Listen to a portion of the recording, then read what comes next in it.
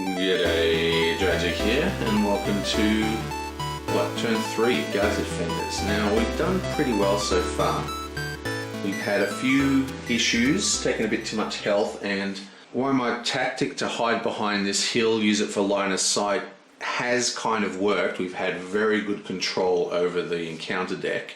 There's now like 11 signals on the board or something, so wave after wave after wave of monsters coming, and we're like super exposed down here. So we need to get in here as quickly as possible, maybe even as an alternative to getting scientists. I mean, we need the scientists, but we don't want to die is even more important than getting scientists, in my opinion. Now, one of the scientists has managed to run screaming out of the building, so we can pick him up right now. But we've got some maintenance to do first. For starters, we killed an alien, so yoink. And everybody gets to roll for their wings. Now everyone's leveled up this turn except these two guys, so these are the guys we are going to shoot up for. Now we really want Agent N here to get alien knowledge, because that means his ability won't be as craptastic. I mean, we really lucked out last turn, but we want him to be able to use those alien weapons that he finds.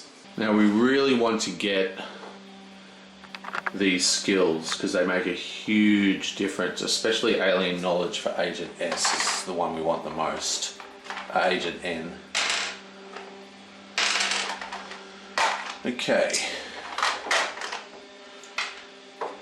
So let's roll for Agent S. Gabam! He misses. Come on. Let's roll for Agent N. Come on.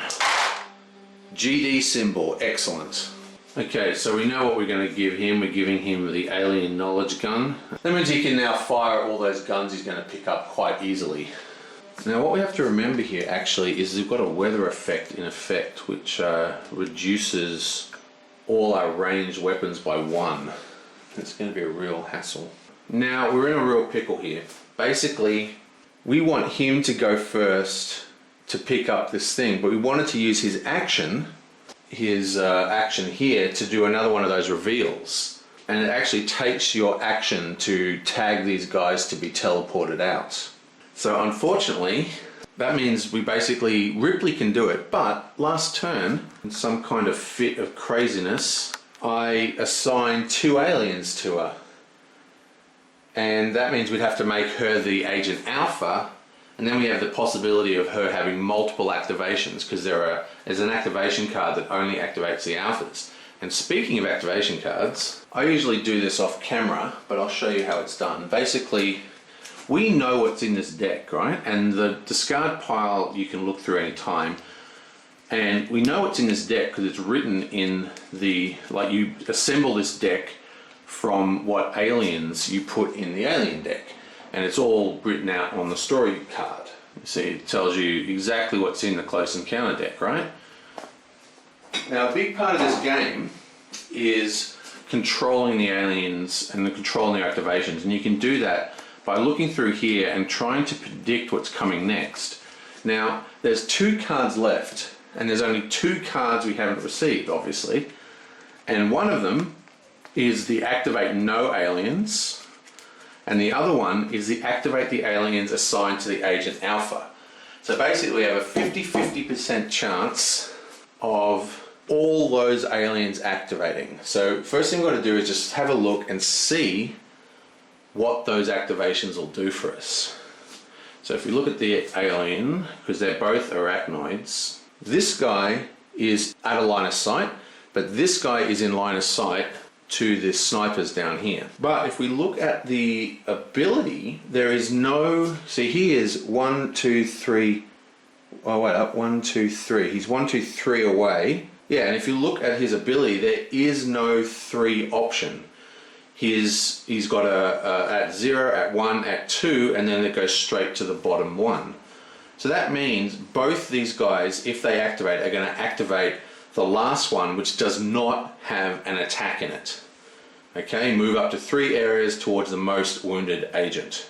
Now you might be wondering why I'm doing all this stuff trying to get these aliens to come down and activating them, because if I know that it's going to be the Agent Alpha and the no activation, theoretically I could have 2 turns with no alien activation. So why am I doing all this? Well, I want the aliens to activate. I want them to come to us. I want them to get out of the way of the other signals, and I want them to get into the kill shot so we can kill them. We've got to clear them off the board. That's the plan. Now, the most wounded agent is the Hulk, or Dutch, as I've been calling him. That means it's if we get the activate alien alpha agent or whatever, and Ripley is the one who does it, we're going to get something like this. 1, 1, 2, 3. Now I normally do this planning off camera, but I thought it might be fun to show you how I've been controlling the encounter deck so well and why we've had so few activations and so few aliens on the table. So this is what it will look like if the activate agent alpha card comes up and Ripley is that alpha agent. And this is bad. I mean, for starters, this guy here is going to be engaged with this guy here. And because we're playing the close combat rule, that means he cannot fire ranged. So the only thing he's going to be able to do is try and do a disengage check. These ones are fine because they can just be shot by those guys. So I don't really know exactly how we want to do this. Well, she won't actually be there, by the way.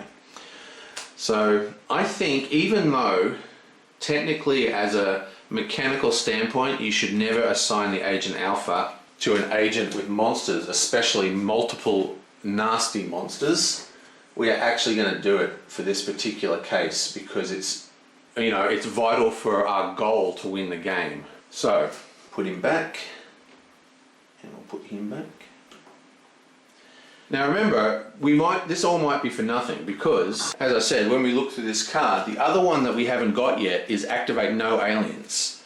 So we have a 50-50 chance of it being an even better move. So I think it's worth the risk. Let's do it. So she's going to activate and she's going to go 1, 2, 3, 4. And then she's going to use her action to rescue the scientist. Yeah, bam. Okay. We need 3 of them to win, by the way. Now she can't shoot into there because it's line of sight through a door, so that's the end of her turn. So now it is the moment of truth. No activation, no activation, no activation, boom! Damn it. Okay, so activate all aliens assigned to the alpha agent. So we already know what that's going to do, we've already been through it. Move 3 spaces towards the most wounded agent, which in this case is 1, 2, 3, and this one goes 1, 2, 3. So these guys are now both engaged. Okay, so we're going to do Bio's turn now. Now the rules for facing are a bit weird in this game because technically you're not supposed to use them. They gave it to you as an option, and I like playing it because it reminds me of my wargaming roots. But in the normal game you have 360 degrees of vision at all times.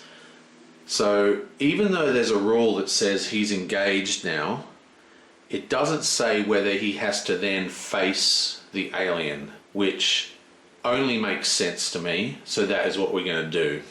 So technically he is now facing, and same with, I'm going to try and remember to use my left hand so I don't block the camera all the time. And the same with Dutch. Now this is important because in sometimes when you kill an alien you'll then be facing the wrong direction or stuff like that, but that's the way I'm going to do it. They're always going to end up facing whoever's in their close combat. But the point is we are in close combat, so the first thing there's nothing you can do. I mean, you could try an evade check, but I just don't think that's worth it. To do an evade check you have to do an action and a combat plus a die roll success. It's a very expensive move and it has a chance of failing. It's just, you know, unless you have a skill, and there's a number of skills that do evade checks for you automatically, there's just no reason to ever try it in my opinion. So we're just going to shoot him with the shotgun, and that is 3 dice, and lightning bolts give him +1. Bam! Okay, so that is 2 hits and a ammo loss. In my editing, I noticed there's actually 3 hits, not 2. So I'm just going to re-roll the defense dice. So rolling against 3, because a lightning bolt, remember, is a hit. Bam! He gets, so nothing changes, because I only gave him 1 damage last time. But he's got a shield, and 2 hits went through, but he also got a lightning bolt. And this particular alien has a lightning bolt effect on his defense roll, which is +1 shield. So there's no changes in how the game went, unfortunately. So he loses an ammo. Okay, so here is one of the big problems with this game.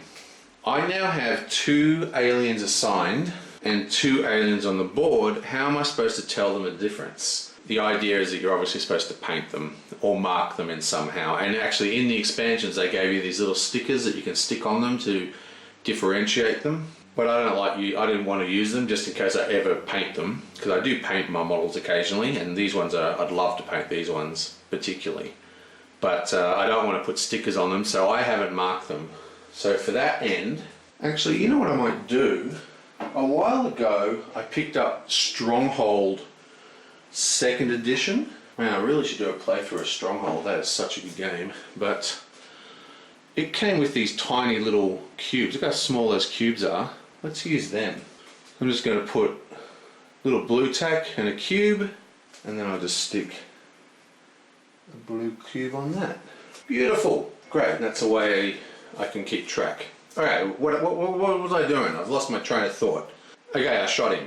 I did 1 damage. Right, now, even though he's engaged, he can activate his devices. So he has the choice now of putting out his droid, which I don't want to do because he won't be able to, there's nowhere safe for it to be put, or putting out, doing another one of his signal things, which is what we're going to do. So there's another 2 signals. We're going to roll for them again. So that's 1 to 3, 4 to 6. Naughty cat. Oi! No, come here. Come on. Okay, so see if we can roll this again. Come on, roll. 6. Okay, it's an Arkham Horror one. Okay, so same as before. 1 to 3, 3 to 6. Yoink! It's another alien. Okay. I think that's actually good for us. So, stick that into the used signal pile. Pull out the next alien. Ooh, it's the red arachnoid. And we're going to stick that on Agent N, because he's very rarely going to be the first alpha agent. Actually, yeah, no, that's what we're going to do. Okay, yonk. Okay, and that goes here. Here, bam. Here. Okay, so let's grab this close encounter. This last one, we know what this one's going to be. It's activate no aliens. So, this will reprieve. It's a real shame we couldn't do the turn we wanted to, because if we revealed that guy and then he activated, he'd be down here, which would give us a lot more chance of killing him quickly. Okay, so now it is Sniper's turn. Now what we want to do here, all the signals are about to pour out the alien ship, which basically means that we want to get all these guys away from line of sight so they will not flip up, because we know from setup that one of these is a human and one of these is a human, and we have to rescue one of them or it's pretty much game over. There is another human signal who's like a chief scientist or something that hasn't been put on the board yet that we'll put on with a special event, and that's coming soon. We're already in the 2nd row of events now. So he's going to go 1, 2, and then lie down. 1, 2, and then lie down. We really want to kill this alien outright without any... Oh wait, he's lying down, isn't he? So we really want to kill this alien outright. Maybe he should just shoot at the wounded one. If he goes into close combat, he can't, and I think if he goes there, he'll be out of line of sight. Yeah, if he goes there, he's out of line of sight. If he goes there, he's in close quarters and can't do an attack. and you can never move into half spaces. So this is the only place he can go, so he has to shoot at him. So we are going to do that. We're walking in there, we're lying down, and with any luck, we're going to be able to kill this guy outright. That would be extremely good for us. Okay, so he has 4 dice, and he is less than 2 away, so he gets -1 defense die. Okay, come on. We want 4 hits, please, minimum. 1, 2, 3 hits. Now he does get a gun jam, but he also has the lightning bolt, and that ignores gun jams. So that's 1, 2, 3, 4, 5 because of the lying down. So I get to roll 5 dice. Oh, we need 4 hits. This is impossible. We got 4 hits. Amazing. So that's 1 shield and 1 lightning bolt. That's 2 hits. Oh, we only got 3 hits. I can't count apparently. So that's 3 hits. That's 5 minus 2 is 3. I can count. I'm totally able to count. Okay, so I screwed up that roll again. I've been lots of errors with my rolling today. He actually has a lightning bolt, which is -1 damage, which means we get to do another roll.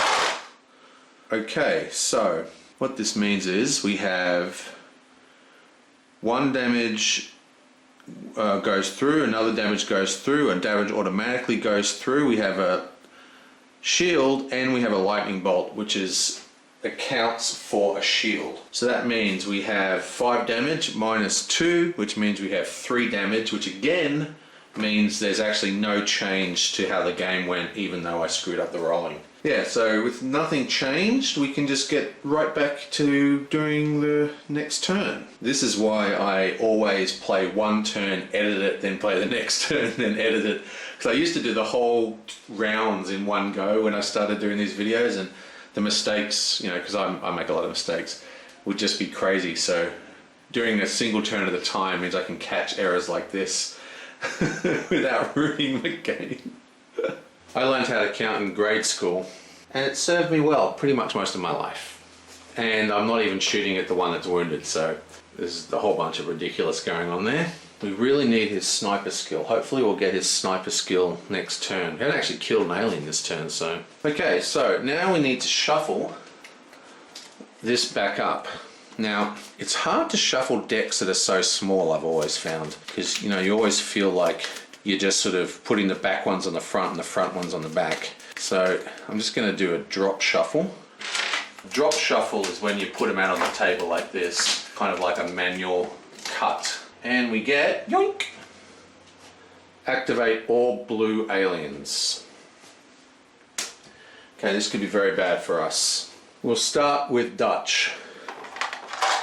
Okay, so these aliens are all at 0, the blue ones, which means they attack with claws, which is 4 red dice, and also activates grab if they get damaged.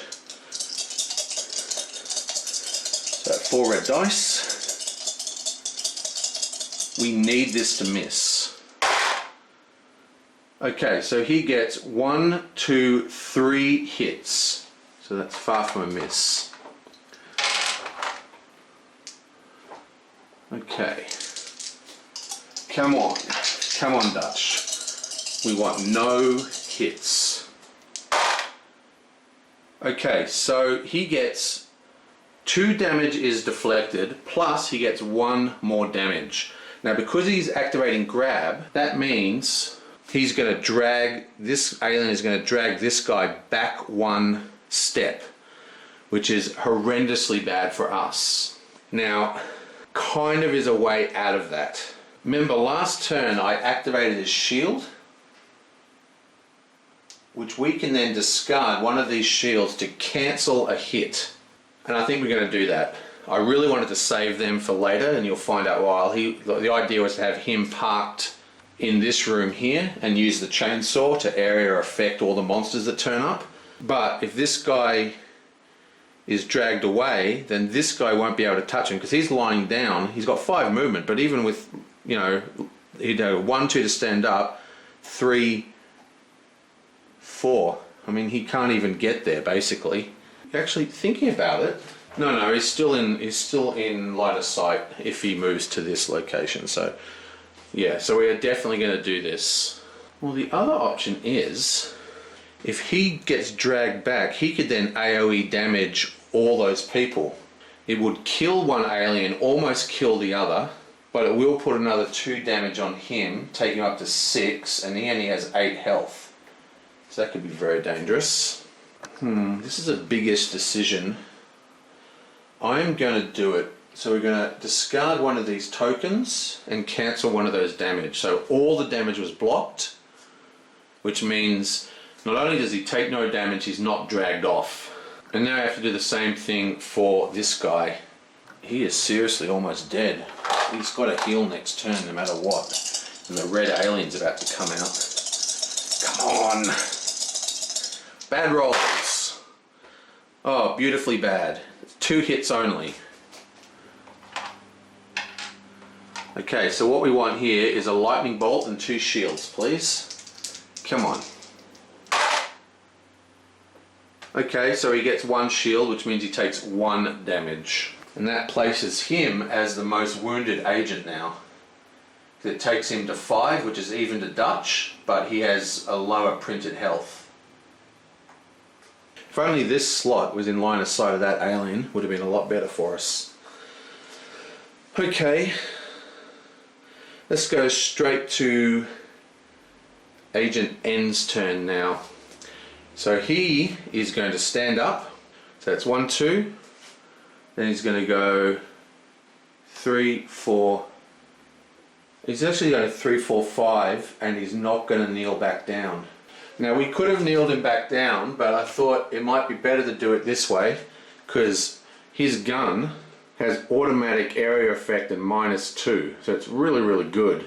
And we're pretty sure we're gonna murderize our own dudes. I made a real mistake. Okay, so he rolls 4 red dice. So what we really want is 2 hits and a lightning bolt.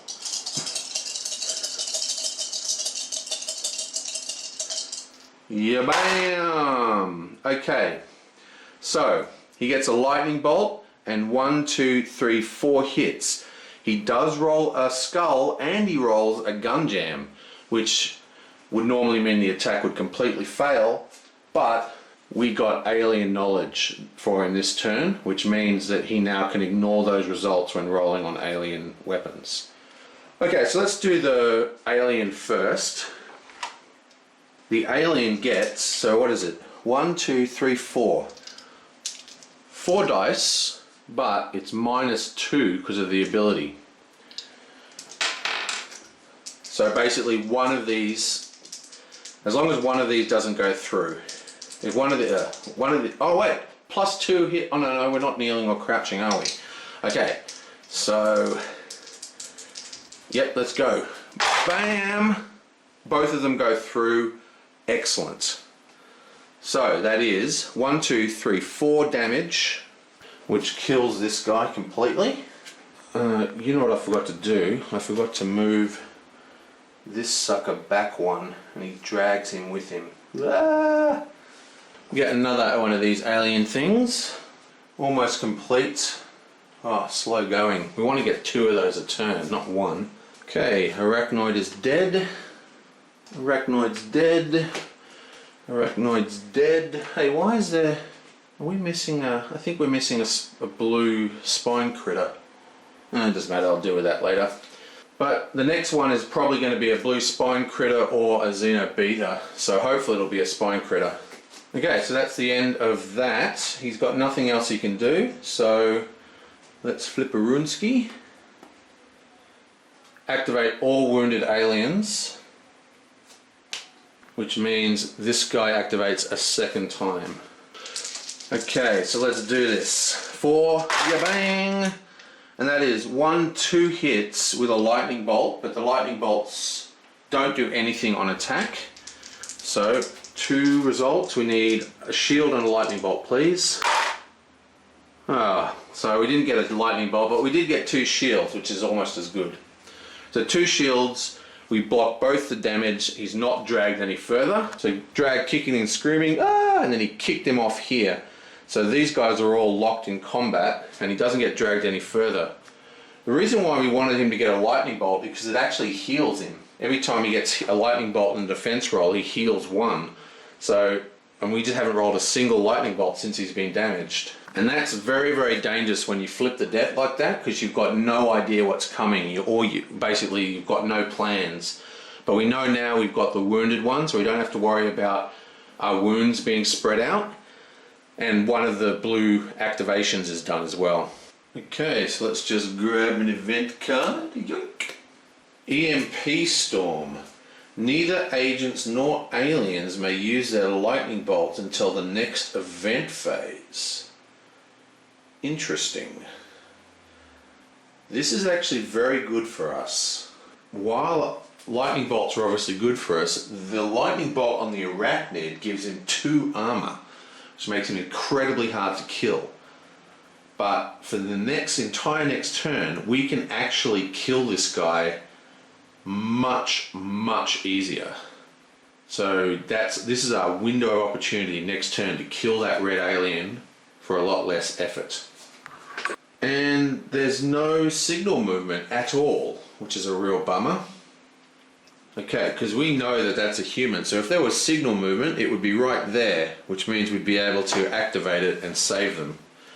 But no signal movement on this stupid event, damn it. Gonna leave that on the table so I remember. Oh wait, I have to port in the signals though. Put in 2 signals in a 5-player game. Now remember, we have literally got 1, 2, 3, 4, 5, 6, 7, 8, 9, 10. So we've got 10 out of the 11 on the board, which means only 1 can be teleported on. Okay, teleport this far away from us, please. Boom, goes to the bullet. Okay, another one up in the base.